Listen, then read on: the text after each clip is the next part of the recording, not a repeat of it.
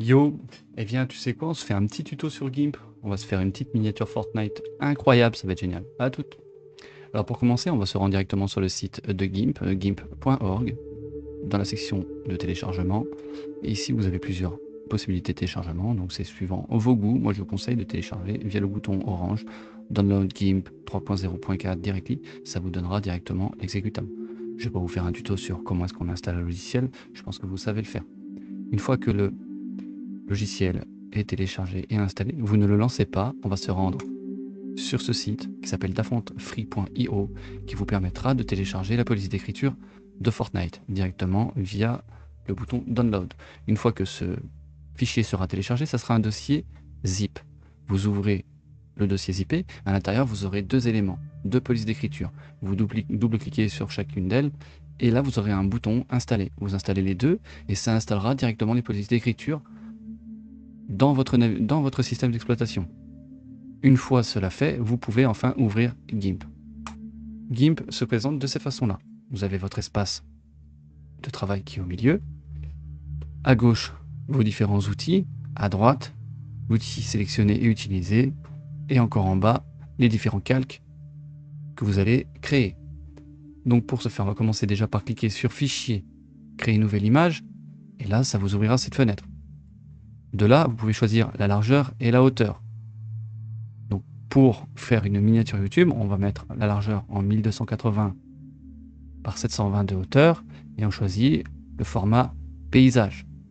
Vous pouvez aussi le faire en 1920 par 1080, mais c'est pas utile.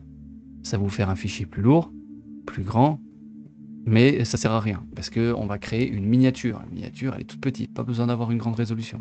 Donc là, on valide et ça nous crée un premier calque qui apparaît en bas à droite, qui s'appelle arrière-plan. Si on clique sur l'œil, ça le fait disparaître. Si on reclique dessus, ça le fait réapparaître. On va le faire disparaître. Si on veut d'autres calques, on descend juste en dessous. Il y a un petit logo avec une feuille et un petit plus.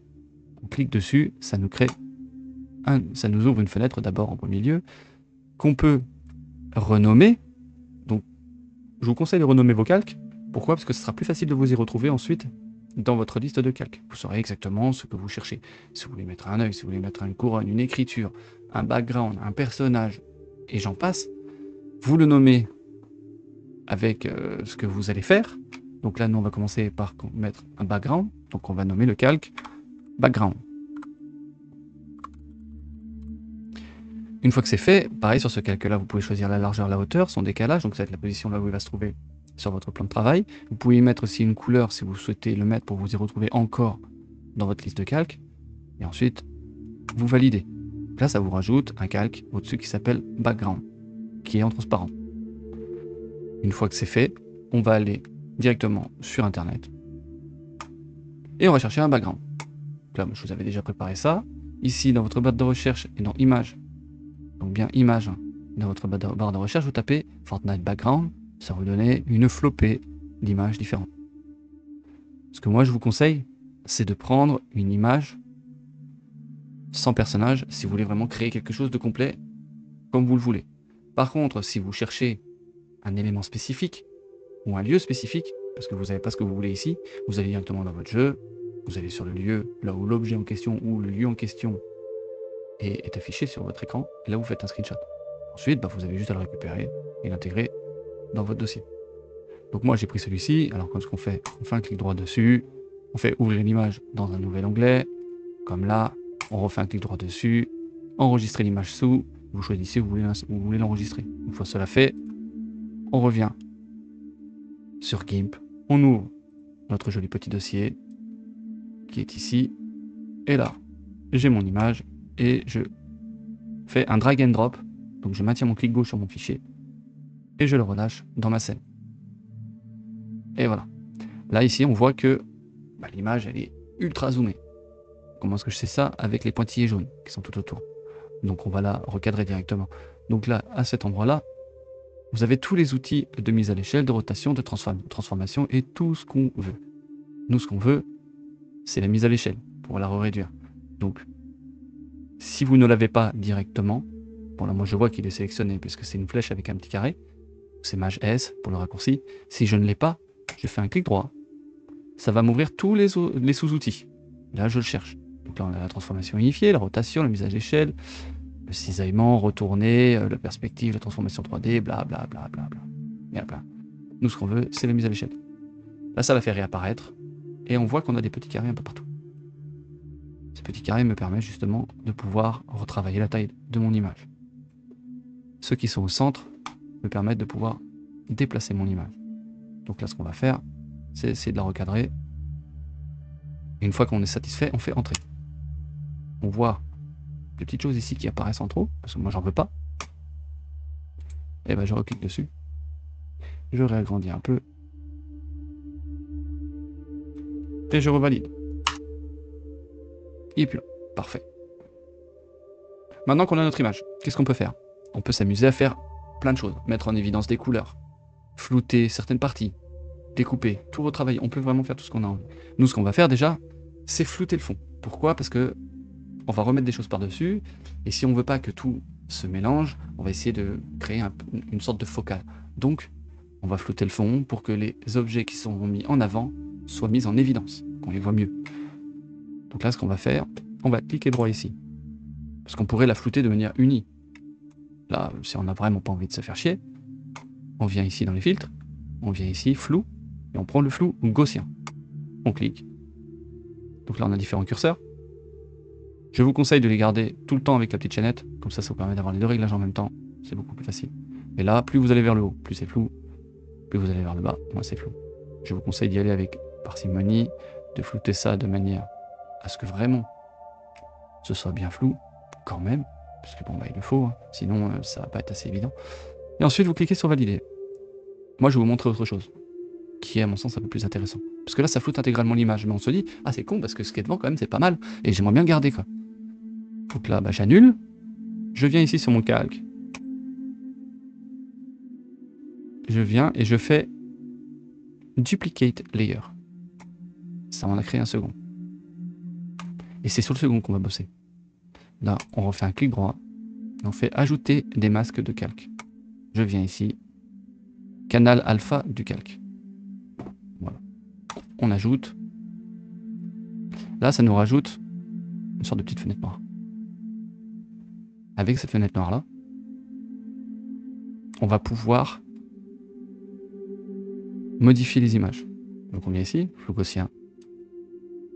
On met un flou. Un beau flou quand même. Pas trop quand même, hein, que ce soit pas trop vénère. Et on valide. On vient là. Ajouter des calques. Hop. Ça nous a fait disparaître le fond. Ça, c'est pas grave. Parce que maintenant, je vais remettre les couleurs de base.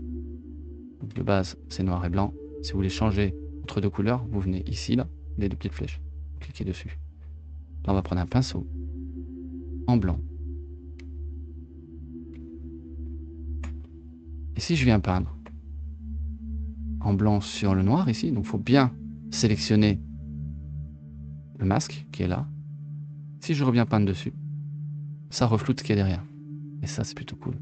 Donc là, bon, pour éviter de prendre trop de temps, on agrandit tout ça.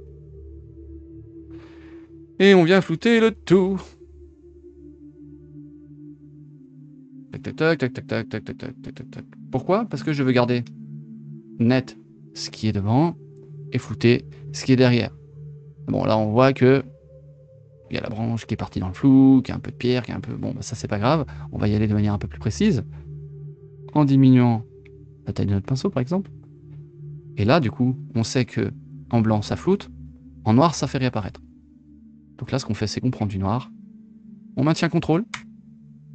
Et avec la molette de la souris, ça nous permet de zoomer. Et si on maintient espace, avec la souris quand on la bouge, ça permet de se déplacer sur le poste de travail, sur la scène, sur le calque, tout ce que vous voulez, hein, sur votre espace. Et là, avec du noir, on revient repeindre un peu ce qui nous manque. Fiou, fiou. Voilà, voilà, voilà, voilà. On essaie de faire ça de manière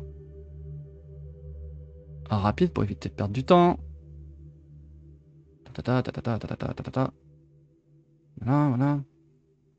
Et après, bon, je déborde un peu, c'est volontaire. C'est pour éviter de traîner. Vous n'allez pas me regarder ça, faire ça pendant 3 quarts d'heure. Donc là, je viens là. Je peins ma branche.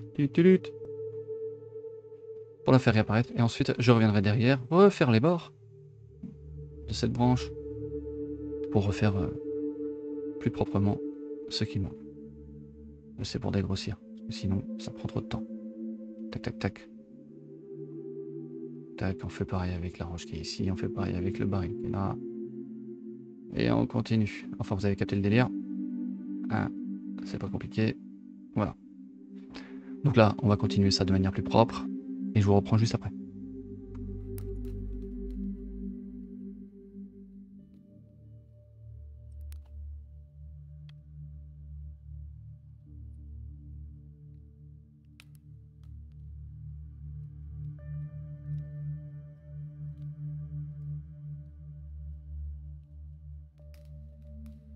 Et voilà. Donc une fois que on a bien remis en évidence ce qu'on avait besoin, vous voyez, ça donne un joli rendu. On a réussi à garder ce qu'on souhaite de façon nette et de flouter le derrière, ça donne vraiment un effet de focal. Qu'est-ce qu'on peut faire de plus avec ça? On peut s'amuser, par exemple, avec l'image qu'on avait en dessous, à essayer de l'assombrir un peu plus. Pourquoi pas? Donc là, on va venir ici dans l'onglet couleur, on va aller dans courbe. Et avec là, la courbe, vous pouvez vous amuser à déplacer votre courbe pour retravailler la teinte de votre image. Alors il ne faut pas non plus faire le bourrin, c'est juste pour essayer de renforcer un petit peu les teintes de votre image pour qu'elle ait un peu plus de pêche. Voilà. Là c'est pas trop mal. Et on valide. Hop. Ça a retravaillé uniquement l'image du dessous et pas celle du dessus. C'est pour ça que l'autre derrière, elle est restée comme il était de base. Une fois qu'on a fait ça, qu'est-ce qu'on peut faire? On a mis un flou. On veut peut-être, je sais pas, mettre en évidence des éléments. Comme là, par exemple, les différentes plateformes qu'on voit avec le symbole de VBUG dessus. Pourquoi pas? Donc, on va venir ici, entre les deux, ou même au-dessus, hein, rajouter un nouveau calque qu'on va appeler lumière. Et on l'ajoute. Ici, dans le mode, on va venir mettre éclaircir. Une fois que c'est fait, on va aller chercher une couleur. Pourquoi pas faire des plateformes qui sont allumées? Donc on va aller prendre un bleu. Vous pouvez vous déplacer ici et ici, dans la barre chromatique. Donc on va prendre un bleu et on le valide. On clique sur notre calque, on a la couleur, on chope notre pinceau, et là maintenant si je le peins, voilà ce que ça donne.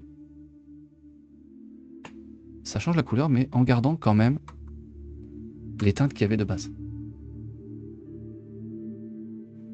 Donc on y voit quand même encore le V en dessous. Parce que si j'avais pas changé le mode, je l'avais laissé de base, normal, voilà ce que ça donnerait. Une couleur dégueulasse, rien d'extraordinaire. Donc c'est pour ça que les modes de fusion sont intéressants. Donc là on a le mode normal, dissoudre, effacer, tout ça, on peut. Donc écran, en anglais c'est overlay. Mais on veut que ça pète, donc on va mettre éclaircir. Voilà ce que ça donne. Donc là je vais faire les 4. Donc là on peint, et ensuite, si on déborde, c'est pas grave. On prend la gomme, ici, on peut choisir aussi le type de gomme qu'on veut, il y a 1 million, nous ce qu'on veut, c'est une gomme standard. Si on a dépassé, c'est pas grave. On vient effacer ce qui est en trop. Et puis voilà. Donc je fais ça, on se retrouve juste après.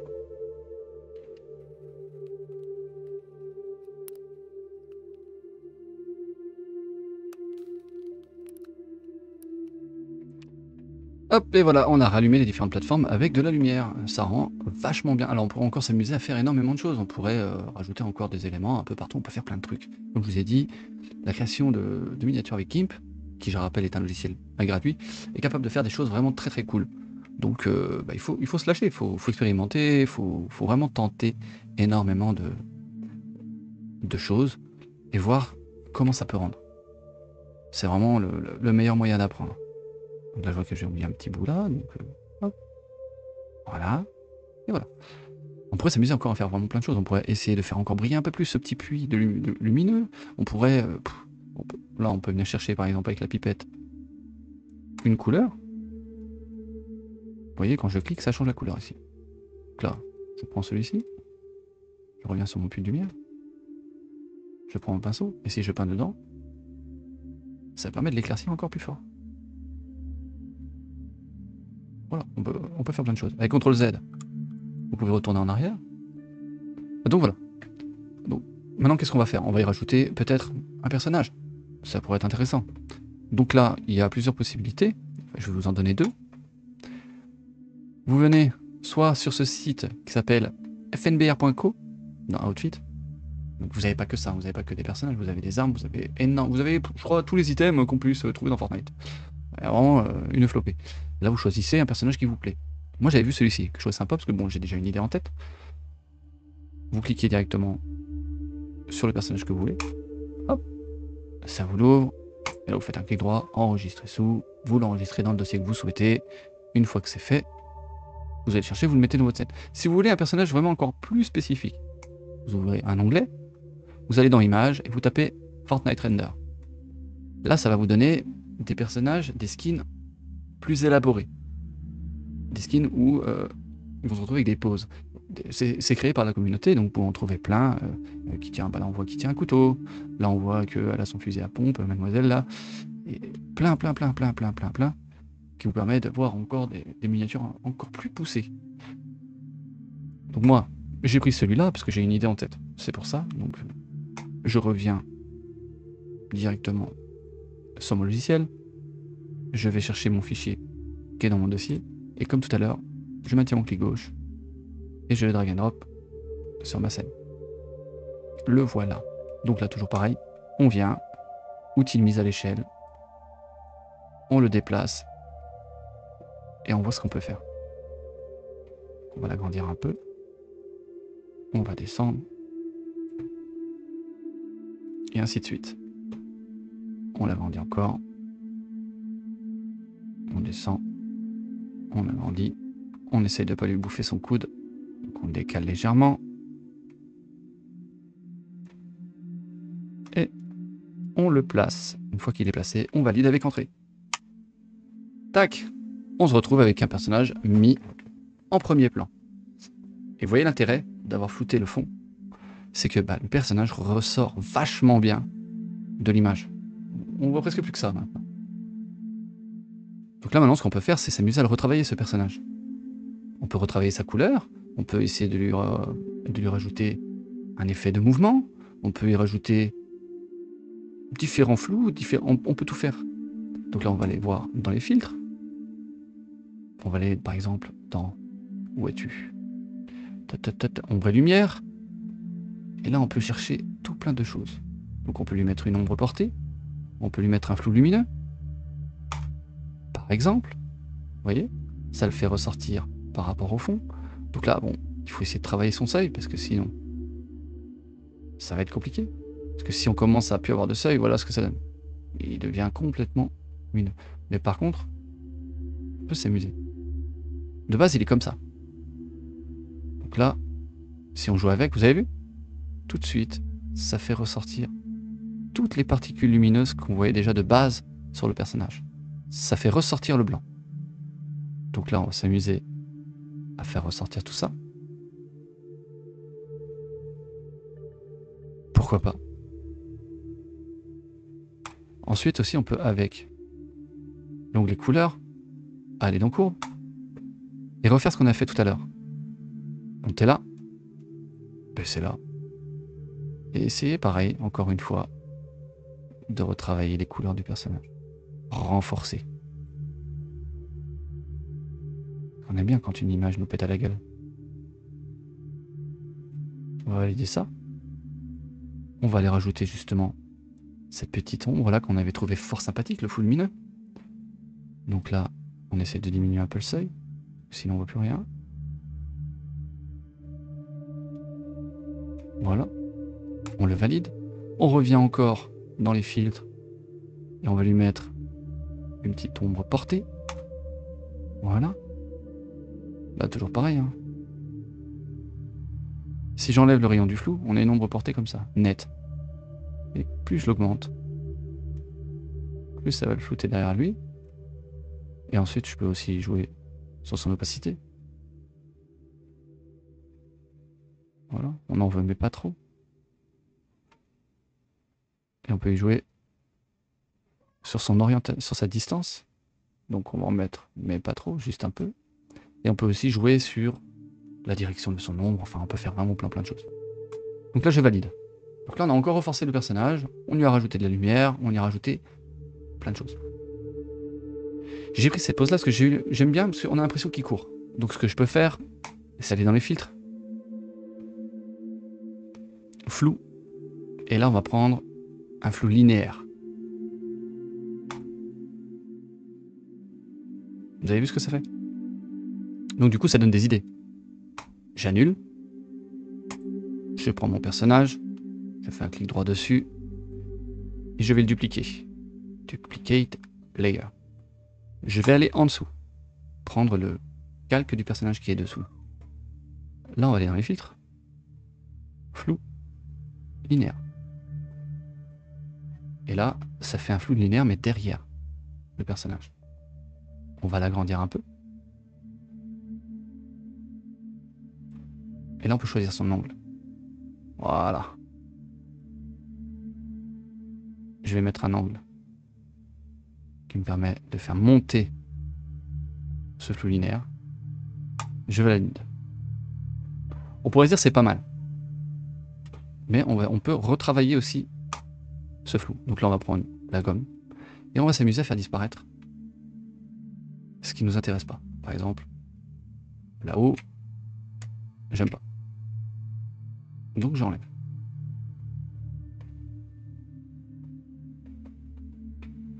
En dessous, j'aime pas. Donc, j'enlève. Et ainsi de suite. On bidouille, on cherche, on regarde. C'est de la création après tout. Voilà. Après là on se dit ouais c'est pas mal, on est bien. Et là on lui a donné comme un effet de mouvement. Il est en train de courir. Voilà. Qu'est-ce qu'on peut faire de plus maintenant? On a rajouté un background, on a retravaillé le background, on a mis en évidence ce qu'on voulait sur le background, donc ce qui est flou, ce qui n'est pas flou, ce qu'on veut mettre en lumière. On a pris un personnage, on a retravaillé ses couleurs, on lui a donné un effet de speed. On peut peut-être le rendre un peu plus comique. Pourquoi pas après tout, c'est Fortnite, c'est marrant, on rigole là-dessus. Alors on va essayer de rajouter des choses là-dessus. Donc là, on retourne sur internet et on va chercher des yeux. Là on tape yeux PNG. J'ai trouvé cela.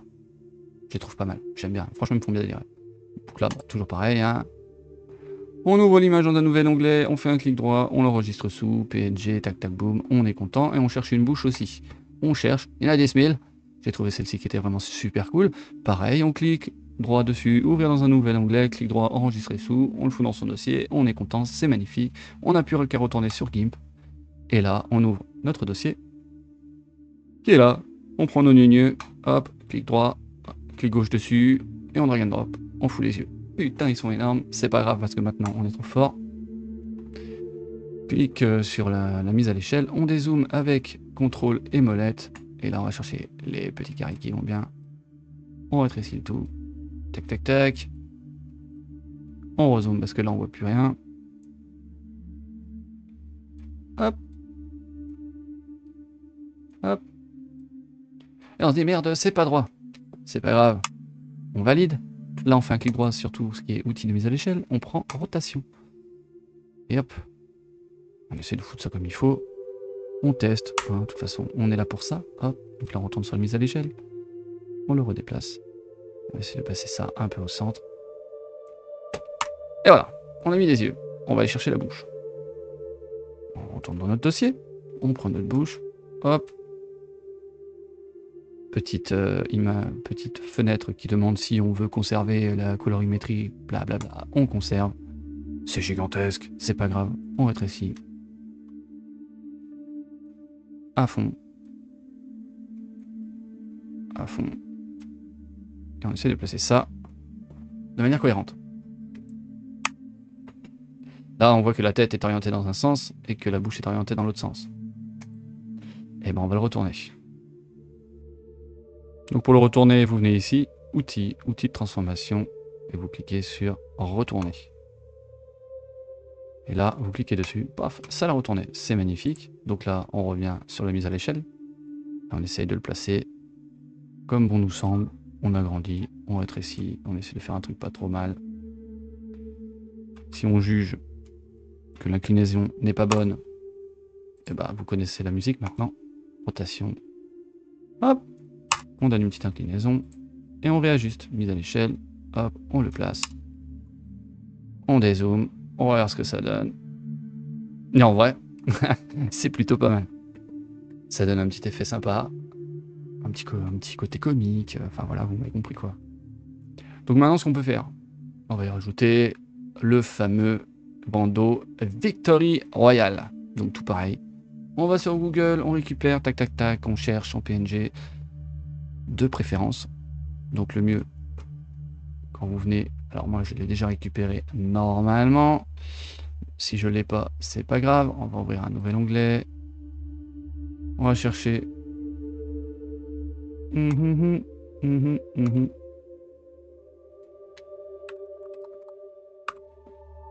Top 1 Fortnite PNG, par exemple. Et là, il y en a 10 000. Alors, si vous cliquez sur outils ici, vous avez la taille. Vous choisissez grande taille. Si vous voulez vraiment du transparent, vous allez sur couleur. Vous choisissez transparent. Une fois que vous l'avez fait, vous en cherchez un qui est en transparent. Partout. Il y en a plein. Je vous le dis tout de suite, celui qui vient du wiki de Fortnite, ici, il est transparent. Un clic droit, tout ça, vous connaissez la chanson.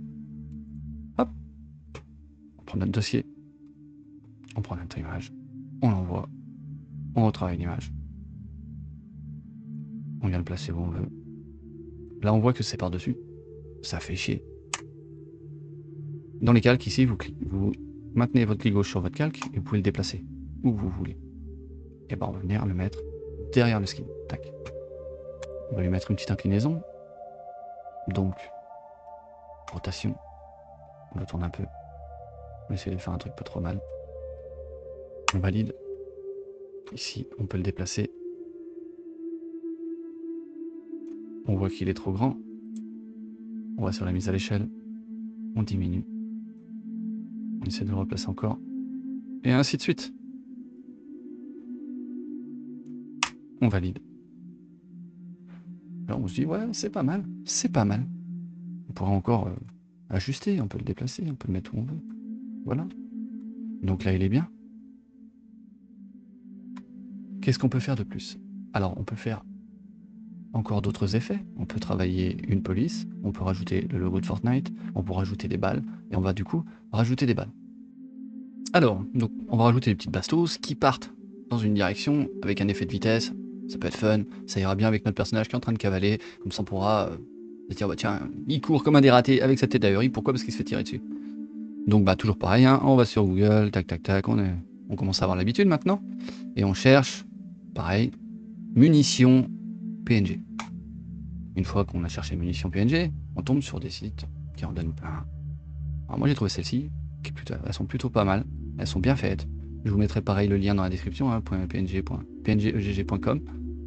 Directement dans la description, vous trouverez ça. Vous pourrez cliquer dessus, le télécharger, comme ça vous n'avez plus rien à faire. Vous avez le bouton ici, télécharger le PNG gratuitement, vous le téléchargez, ça l'enregistre dans votre dossier et vous n'avez plus qu'à le récupérer sur votre scène.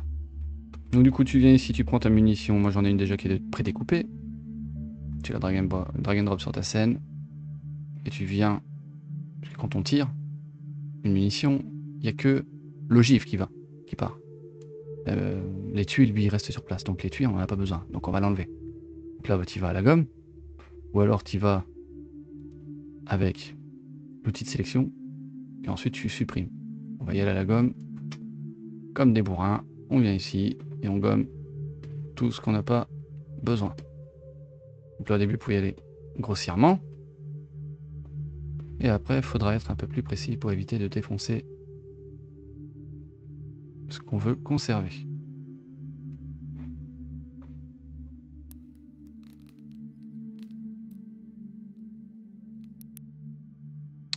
Et voilà. Donc on a viré ce qu'on n'avait pas besoin. On conserve ce qu'on veut.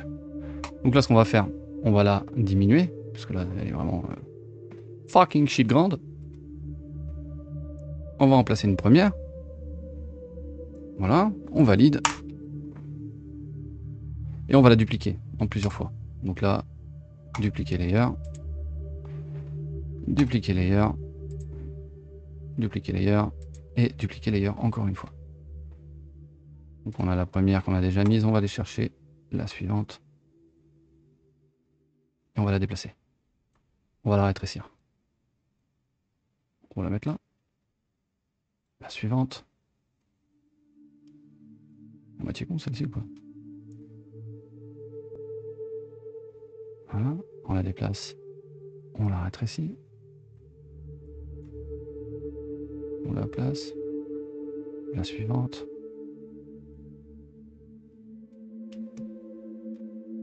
On la rétrécit.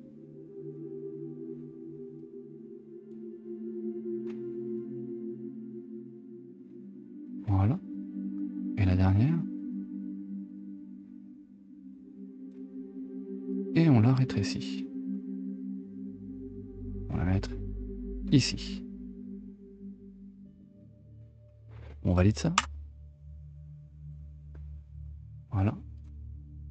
Donc là, on en a 1, 2, 3, 4, 5, 6 et 7. Je crois que j'en ai une de trop. Ouais, j'en ai une de trop. Mais bah, c'est pas grave. Clic droit, supprimer les calques. On refait tout réapparaître. Voilà. Maintenant, on n'a plus qu'à essayer d'harmoniser le tout. Donc on va prendre celle qui cache la main là. Et on va la placer derrière notre personnage. Maintenant, ce qu'on veut faire, c'est leur donner un effet de vitesse. Donc, on prend notre première. Bah, tiens, on va prendre celle-ci. On va dans Filtre, Flou, Cinétique linéaire. Hop. On peut choisir son angle. Nous, ce qu'on veut, c'est qu'elle aille dans la direction. Donc, on cherche. Si je le mets comme ça, elle va vers le haut. Si je le mets comme ça, elle va vers le bas. Si je le mets comme ça, elle va vers l'arrière. Enfin, vous avez compris quoi. Ce qu'on veut, c'est vraiment lui donner un effet de vitesse. Donc, on fait ça. Et ensuite, on peut travailler sa longueur.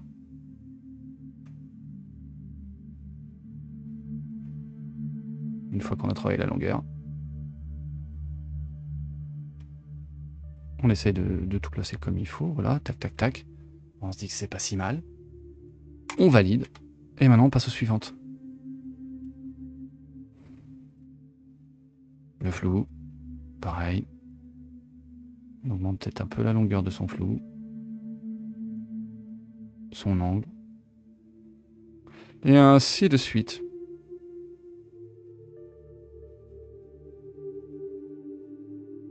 Et puis voilà. Et on valide. Et on fait ça pour toutes.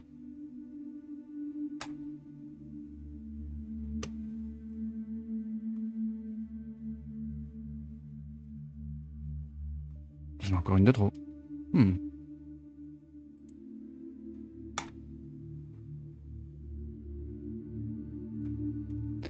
Et ainsi de suite. On y va, on y va, on y va. On valide. Et la dernière. Clac. On valide.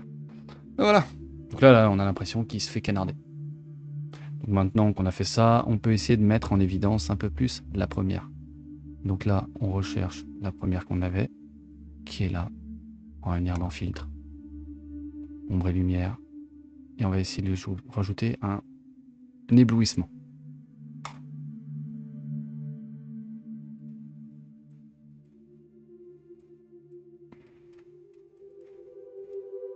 Je sais plus si c'est celui-là. Je vais le valider. C'est celui-là. Donc on va recommencer. Mais il me semblait que j'en avais un autre. L'éclat de lentille. Le voilà, l'éclat de lentille. Voilà. Et là, je peux choisir son emplacement. Donc après, c'est à vous de voir où vous voulez le mettre.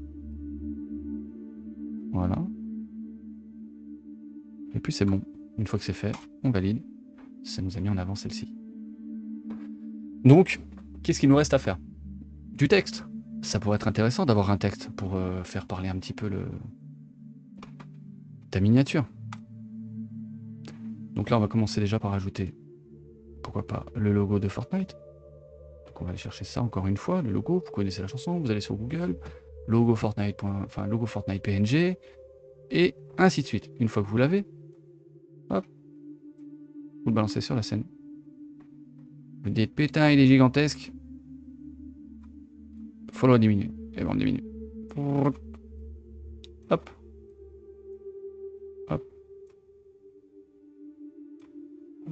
Et on le place de manière à ce qu'il soit assez grand. Pas non plus géant. Et qu'il défonce pas tout ton décor que tu t'es fait chier à faire.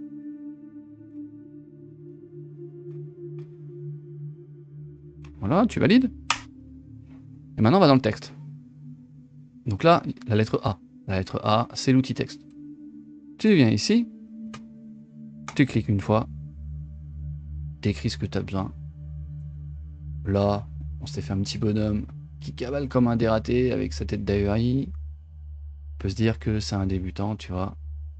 Ça peut être cool. Donc on va écrire on débute. On fait entrer pour aller en dessous à la ligne, sur. Et en dessous, on a déjà mis le logo, donc ça fait on débute sur Fortnite. Pourquoi pas. Si tu fais CTRL A, CTRL A, ça sélectionne l'intégralité de ton texte. Ici, à droite, tu as les polices. Tu as la taille de ta police, la couleur de ta police. Si tu veux le mettre directement à la ligne sur la gauche, à la ligne sur la droite, centrer ton texte. Moi, je te conseille de le centrer. C'est plus simple. Puis c'est plus harmonieux. Choisir ta couleur. Donc là, je vais prendre du blanc. Là, tu peux choisir ta police. Donc, il y en a plein.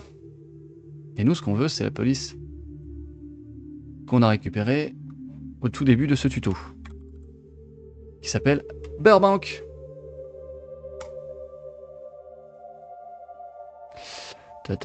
Alors, pourquoi il veut pas? Voilà, Burbank. Voilà, la police Burbank qui ressemble à la police de Fortnite. Bon, là, on voit que c'est tout petit. Et bon, on va agrandir. Un petit 115.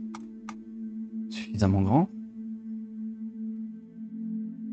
Et là, on essaie de replacer notre texte.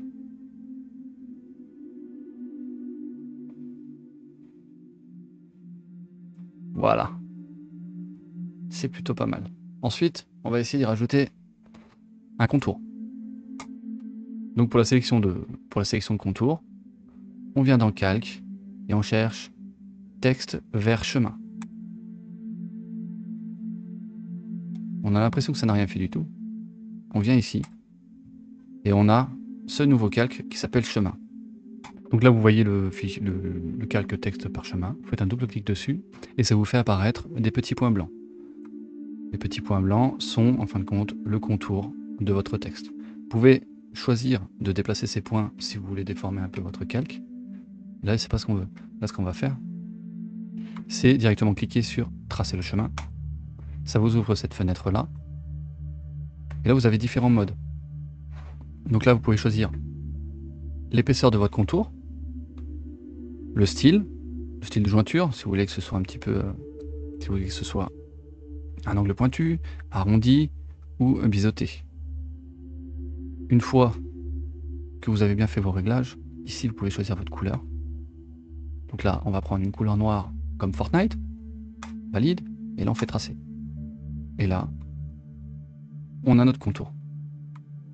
Donc là, ce qu'on peut faire, c'est revenir ici, parce que là, vous êtes un petit peu bloqué. Ici, vous n'avez plus rien, parce que vous êtes en fait sur l'onglet des tracés, des chemins.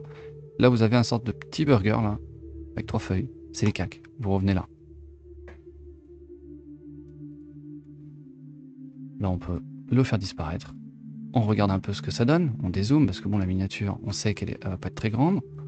On regarde un peu comment c'est foutu. On se dit, ouais, c'est pas si mal.